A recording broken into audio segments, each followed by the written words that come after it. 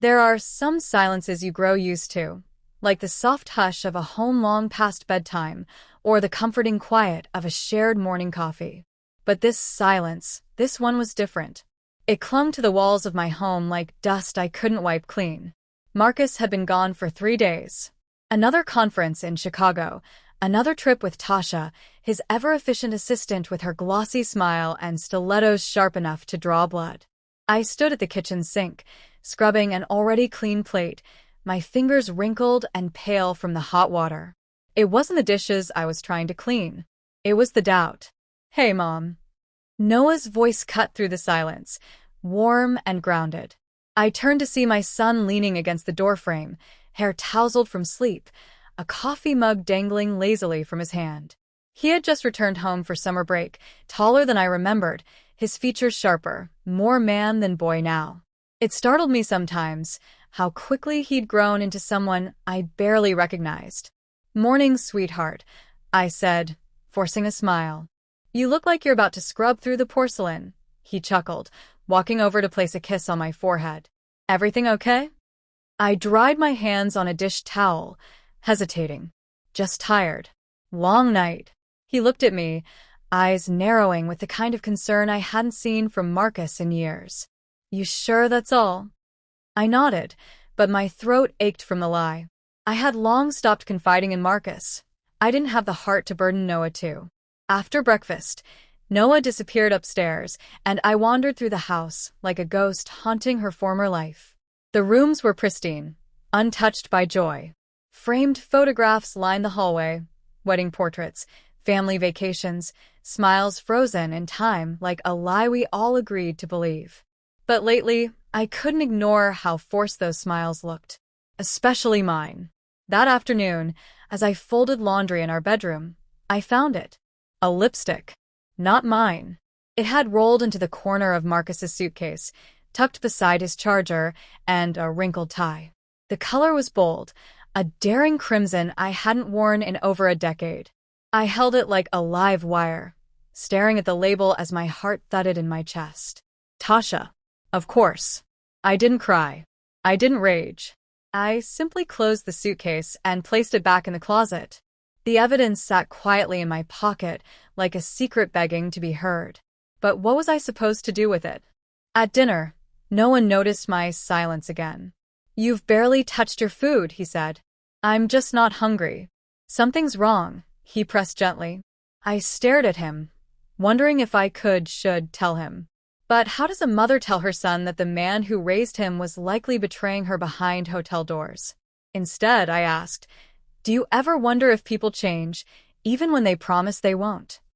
He tilted his head, curious. "Yeah. But I think most people just stop pretending." That answer sat with me long after dinner. While Noah played music softly in his room, I sat on the back porch under a sky choked with stars, the lipstick beside me on the railing. The phone buzzed at 10:13 p.m. Marcus. I stared at the screen, letting it ring twice before answering. "Hey," I said, my voice smaller than I intended. "Hi, love," he replied, casual and warm. "Sorry I couldn't call earlier. Busy day." "Of course. How's Chicago?" He sighed. Cold. "Meetings all day. Tasha's been a lifesaver, as usual." I closed my eyes. There it was. "Tell her I said hi," I muttered, unable to stop myself. He paused just a second too long. "Sure. "Will do." After we hung up, I sat in the dark, the stars offering no comfort. The next morning, Noah was already at the kitchen table when I came downstairs. His laptop was open, and a mug of coffee sat waiting for me. "You okay, Mom?" he asked. "I'm fine," I replied. He didn't believe me. "I heard your conversation last night. With Marcus." I froze mid-step. "I wasn't eavesdropping," he added quickly. "Just it didn't sound like two people in love." I sat across from him, suddenly exhausted. "Noah, there's something I need to tell you. But I'm not ready yet." He reached across the table, placing a hand over mine. "Whenever you are," he said. Later that day, I noticed Noah lingering near Marcus's office. His eyes scanned the room, lingering on Marcus's desk, the laptop, the drawers. He wasn't snooping, not yet. But he was thinking. And that scared me more than anything. That night, as I passed by Noah's room, I overheard him on the phone with someone.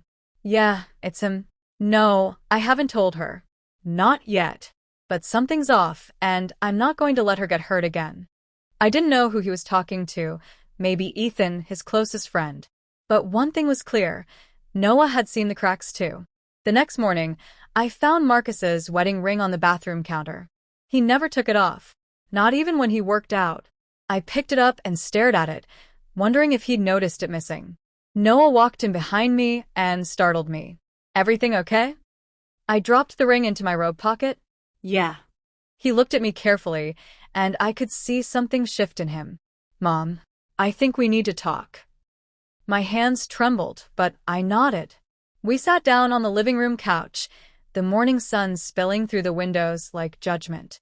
I don't know how to say this, Noah began, but I think Marcus is hiding something from you. I blinked slowly. What makes you say that? I saw messages. On his phone. When he came home last week. My heart pounded. From who? He hesitated. A woman named T. Lots of hearts.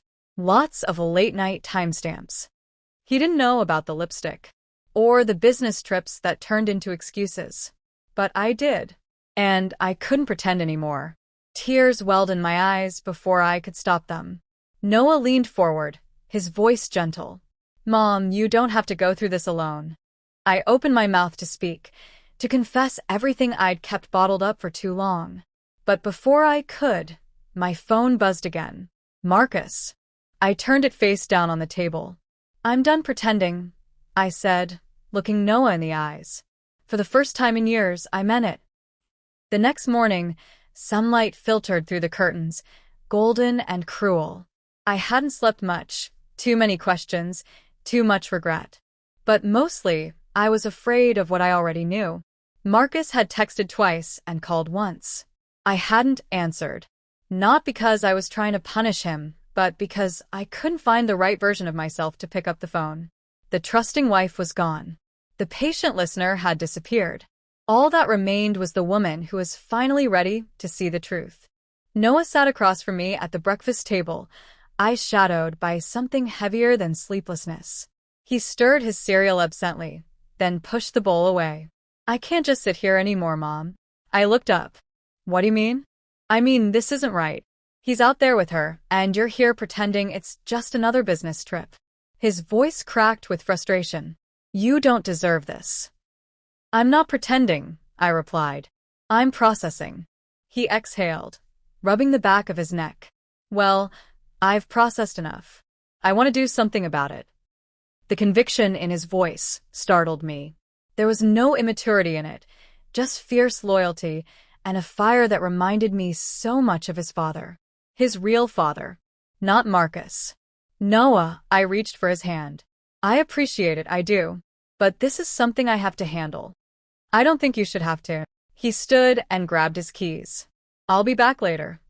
Before I could argue, he was gone. The house felt emptier than usual. I wandered into Marcus's office, curiosity overpowering guilt. The room was sterile, clinical, almost like he didn't live in it. But his laptop sat on the desk, still plugged in. I hovered over it, biting my lip. Would I really go through it? I did. The laptop wasn't password protected, probably out of arrogance. Within minutes, I was buried in emails, booking confirmations, and calendar invites that told a story I had never been invited to. 2 nights ago, dinner for 2 at an upscale rooftop bar in Chicago. Reservations under M. Rowan. I clicked through, hands trembling. Attached was a receipt. 2 entrees. A bottle of wine. A note scribbled at the bottom in blue ink. To more nights like this. There was more, hotel invoices, showing 1 room despite the 2-room lie. A gallery folder with blurry selfies. Marcus smiling beside Tasha, her hand on his chest. Her lips too close to his jaw. I closed the laptop with a thud, my breath shaky and uneven. There it was. Confirmation. It wasn't just my imagination, and it wasn't just a few texts. This was betrayal wrapped in luxury linens and wine-stained secrets. Noah returned after sundown, his expression unreadable. He had a small flash drive clutched in his hand and a tension in his jaw I hadn't seen before. "I need you to watch something," he said, skipping pleasantries. "What did you do?" I asked, my voice caught somewhere between fear and awe. He didn't answer. He led me to the living room, plugged the flash drive into the TV, and hit play. The screen flickered. Hotel hallway. Noah's voice, disguised slightly, saying, "Room service for 1203. A pause. Then the door opened. Marcus stood in a white hotel robe, looking surprised and then annoyed. "What the hell, Noah?" Before he could close the door, the camera tilted just enough to show Tasha in the background, half-dressed, holding a wine glass. She squealed and disappeared behind the bed. The clip cut off.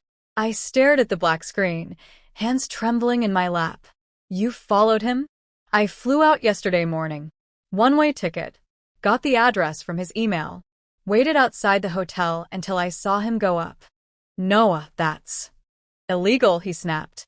"Maybe. But what's more illegal? Catching someone in the act, or lying to your wife for over a year?" I didn't respond. His eyes softened. "I couldn't just sit here, Mom. Not after everything he's put you through." I felt something break inside me, an old, dusty ache collapsing under the weight of truth. But beneath the pain was a seed of strength, planted not by vengeance, but by love. "Thank you," I whispered. Noah nodded, his jaw still tight. "What do you want to do now?" I stared at the dark TV screen. Marcus's face still burned into my mind. I want him to see what I saw. I want him to know that I'm done. We spent the next hour copying the clip and backing it up twice. Noah emailed the footage to me and then deleted it from the flash drive, locking the original in his desk drawer. I'd never seen him so methodical. That night, I didn't cry. I didn't scream. I just sat quietly on the porch again, letting the cool night air wrap around my shoulders like armor. I wasn't the same woman I had been 3 days ago. I wasn't even the same woman I had been that morning. The front door opened behind me, and Noah stepped out. "You okay?" "I think I'm getting there." He sat beside me. "You're stronger than he ever gave you credit for." I gave a dry laugh. I had to be. "You were watching." We sat in silence for a while before Noah asked, "What are you going to say to him?" "I don't know yet," I admitted. "But I'll let the video say the first part." Noah leaned back, hands behind his head. I used to think he was the definition of stability. Always calm. Always in control. But now, I asked. He's just another coward who underestimated the wrong woman. A pause passed between us, not empty, but full of something powerful. The kind of pause where grief and resolve quietly shake hands. The following morning, I emailed Marcus the footage with no message, just the subject line. "Watch this before you come home." He called 3 times. I didn't answer. Then came the text. "I can explain." No. He couldn't. By the time Marcus's flight landed the next afternoon, Noah and I were no longer hiding from anything. I had packed a small suitcase, stored my essentials in the trunk of my car, and booked a 2-week stay at a local rental apartment. When I finally spoke to Marcus, it would be on my terms. As I stood at the top of the stairs with Noah loading the last of our bags, I glanced back at the hallway one final time. The photos, the sterile rooms, the quiet that once felt familiar, it all felt so foreign now. Noah honked from the driveway. I locked the door behind me. By the time Marcus pulled into the driveway, the sun had dipped below the horizon. I watched his car idle beneath the amber streetlight from the second-floor window of my rental, a silent observer to a man walking into the fallout of his own deception. He looked exactly the same, pressed shirt, calculated posture, an expensive duffel slung over one shoulder. But I wasn't the same woman watching him from a window just days ago. Something in me had calcified, gone still. This time, I wasn't clinging to hope. I was waiting for closure. My phone buzzed. "Marcus, I'm home. Where are you?" I didn't reply. He texted again 5 minutes later, then called. Twice. When I finally answered, I kept my voice even. "Did you watch the video?" Silence.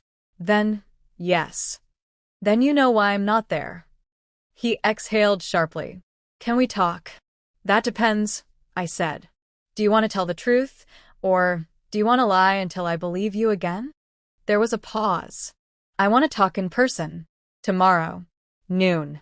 At the park near the marina. I don't understand. You don't need to. Just show up. I hung up. The next day was windier than I expected. The kind of chill that cuts through jackets and turns breath to fog. I sat on a weathered bench overlooking the lake, the clouds roiling above like they knew something I didn't. Marcus arrived late. Of course. Still dressed like a man who had it all under control, even as the seams of his life unraveled behind his eyes. You look different, he said, sliding his hands into his coat pockets. I am. He sat beside me, careful not to touch. Smart. Where's Noah? Not here. This is between you and me. He nodded slowly, eyes scanning the water. I didn't plan for this to happen. I let out a hollow laugh. You didn't plan to get caught. His jaw tensed, but he didn't argue. How long? I asked. A little over a year. I bit the inside of my cheek. The timeline hurt more than I expected. Was it always Tasha? He hesitated. Mostly. I turned to face him then. Do you even realize what you've done? To me? To our son. I never meant to hurt you. But you did. You hurt me every time you told me you loved me and then went to her. Every time you called it a business trip and kissed me goodbye with her lipstick in your pocket. His eyes flicked away. I know. No. You don't know, I said, my voice sharper now. Because if you did, you would have stopped. He looked down at his hands. I messed up. Messed up? I echoed, incredulous. You didn't misplace your keys, Marcus. You dismantled 20 years of trust. He said nothing. Just sat there, swallowing guilt like it was too large to chew. I was going to leave quietly, I said. Let you have your affair. Let you lie to yourself about who you are. But Noah, he changed everything. Marcus flinched at his name. He knows. He saw it with his own eyes. He followed you. Filmed it. That video wasn't mine. It was his. The color drained from his face. He said he couldn't sit by and watch me get broken, I added. He became the man you were supposed to be. Marcus looked like he might shatter. I want a separation, I said, the words tasting clean and final. Effective immediately. I'll have the papers drawn up. I can fix this, he whispered. We can go to counseling, figure this out. No, I stood, brushing off my coat. You had 100 chances to fix this. I begged for your attention for years. And you gave it to someone who didn't build your life with you. Who didn't give birth to your child. Who didn't stay up when you were sick or hold your hand at your mother's funeral. His mouth parted slightly, like he wanted to say something, but the words failed. You made a choice, Marcus. And now, so have I. He didn't follow when I walked away. Back at the apartment, Noah was sitting on the couch, flipping absently through channels. He muted the TV when he saw me. Well, it's done, I said, shedding my coat. He confessed. And I told him it's over. Noah nodded, absorbing the weight of it. You okay? I think I am. I sat beside him, resting my head on his shoulder. I'm proud of you, he said after a beat. I'm proud of you too, I replied. You stood up for me when I couldn't do it for myself. He smiled faintly, then leaned his head against mine. So what now? Now. I smiled. Now we start over. Clean. Quiet. Honest. 2 weeks later, Marcus signed the separation papers. 3 months after that, the house was sold. Noah returned to school with a calm I hadn't seen in him in years. He still called me every Sunday. I still told him I loved him every time. And me? I planted new flowers in smaller soil. I woke up earlier, cooked for myself, took long walks in the rain, and let it wash over the parts of me that were still healing. Sometimes people ask why I stayed so long, why I didn't walk away sooner. And the answer is this: because I believed in love. Because I thought loyalty would be rewarded. Because I thought being good was enough to keep someone. But the truth is, love isn't just staying. It's choosing over and over. And when someone stops choosing you, it's not your job to keep standing still. It's your job to walk away so you can be chosen again by someone better. Or maybe by yourself.